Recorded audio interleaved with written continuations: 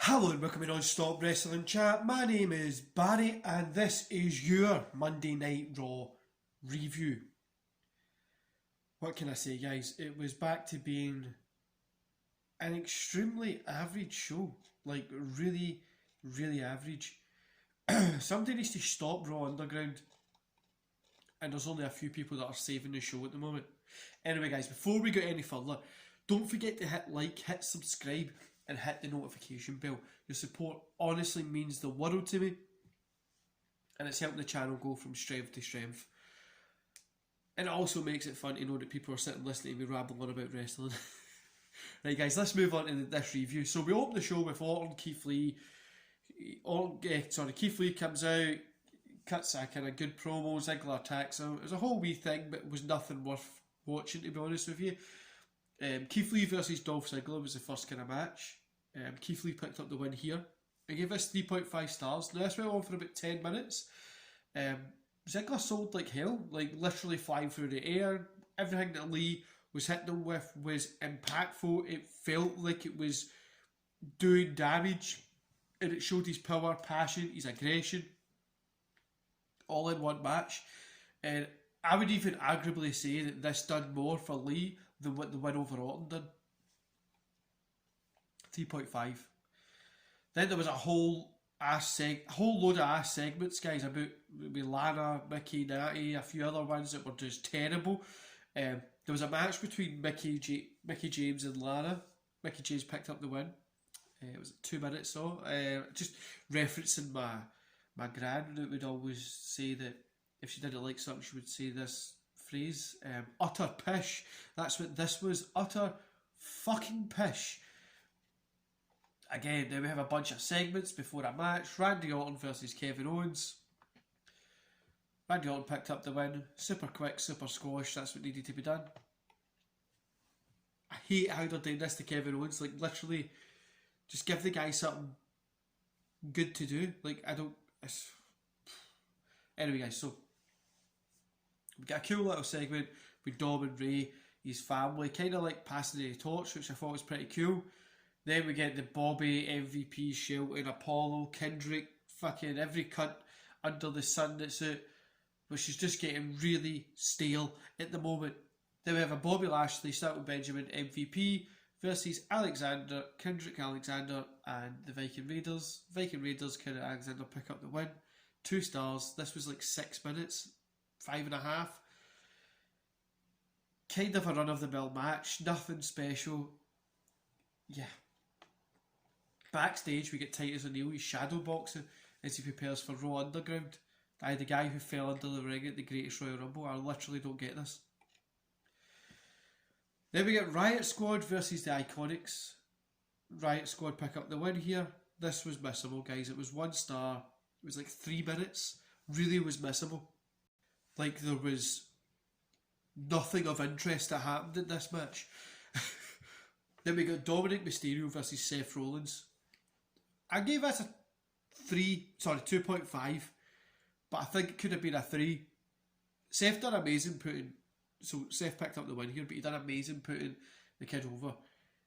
Really enjoying these kind of things. I feel this was a middle of the road match, which most of them have been, but if you're kind of starting out in WWE and Rollins is your first rivalry, it's pretty good. 10 minutes, I quite liked it, and I hope to see Dominic tied up with other people when he's ready. I know obviously he's still just kind of learning the ropes and starting out. Learning the ropes in WWE, obviously it's a lot of guys out there that I know as well in the wrestling industry would kill for that opportunity.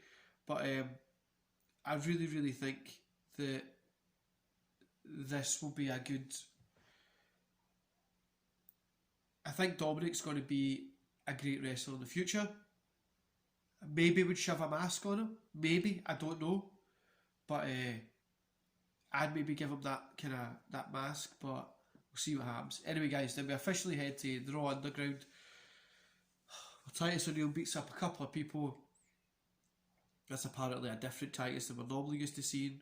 Riddick Moss takes up the challenge. One thing led to another. Titus can't even get a win in Underground. Yeah, I'm not complaining. Titus is honestly, he takes cash from WWE. He'll probably do a couple house shows here and there, and he'll be getting paid good. The guy's getting his money. That's what it's all about. As much as marks and fucking fans might sit and say, "Oh, that wouldn't be me." If you're getting a couple of G's a month, 5, 6 G's a month, just to sit in the house and do a couple of house shows where you've got kids and you've got a mortgage to pay, you're going to fucking take it. Anyway, so you got a Tornado tag team match. The Street Profits versus Graza and Andre.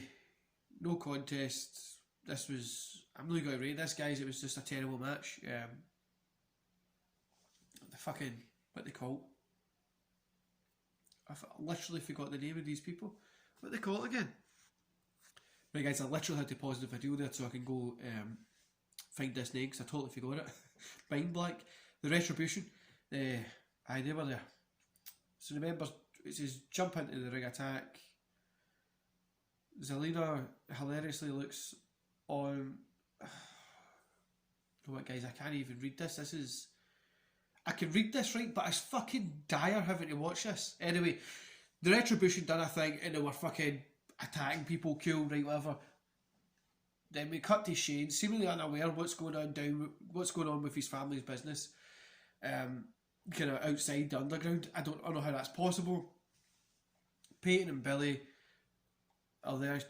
Shane tells him to turn the frowns upside down and watch Jasmine Duke beat someone up.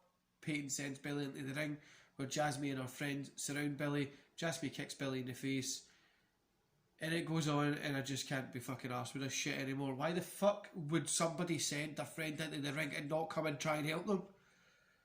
Anyway, Randy Orton versus Seth Rollins and Keith Lee, match of the night. I gave this 3 stars. In fact, sorry, I'd say that the opening match was match of the night, Keith Lee against Ziggler.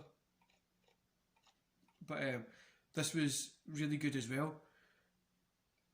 The match itself was a cool 10 minutes, like I was saying. Orton picked up the win. Nobody got hurt in the process. It gives Drew Orton a kind of...